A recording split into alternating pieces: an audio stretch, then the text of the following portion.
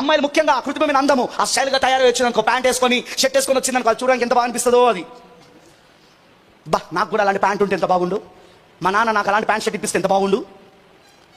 కానీ బైబిల్ ఏమంటుందో తెలుసా? ద్వితీయోపదేశ కాండంలో పురుషుని వేషము స్త్రీ ధరించుకున్నాను, స్త్రీ వేషము పురుషుని ధరించుకున్నాను, అది యెహోవాకు హేమై ఉన్నది. స్త్రీ వేషము పురుషుడు ధరించుకోవద్దు, పురుషుడు వేషము. That's right.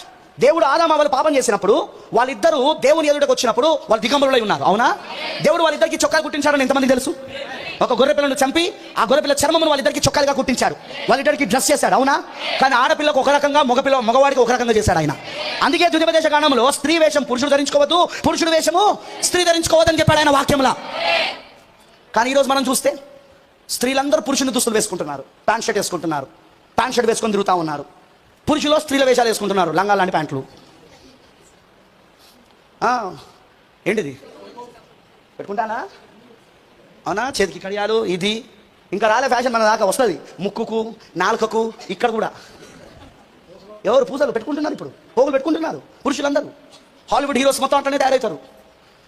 ప్రియమైన దేవుని పిల్లలారా, ఇవన్నీ ఏంటిది అంటే ఆకర్షణ.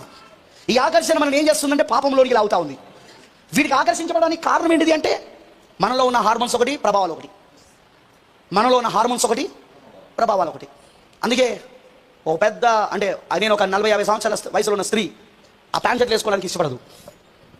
కానీ అదే 16-17-18 సంవత్సరాల వయసులో ఉన్న అమ్మాయి వేసుకోవడానికి ఇష్టపడుతుంది. ఎందుకంటే ఈ అమ్మాయికి హార్మోన్ల ప్రభావం ఉంది, కానీ ఆమెకు లేదు, ఆ ప్రభావం లేదు. అందుకే వేసుకోవడానికి ఇష్టపడదు ఆమె.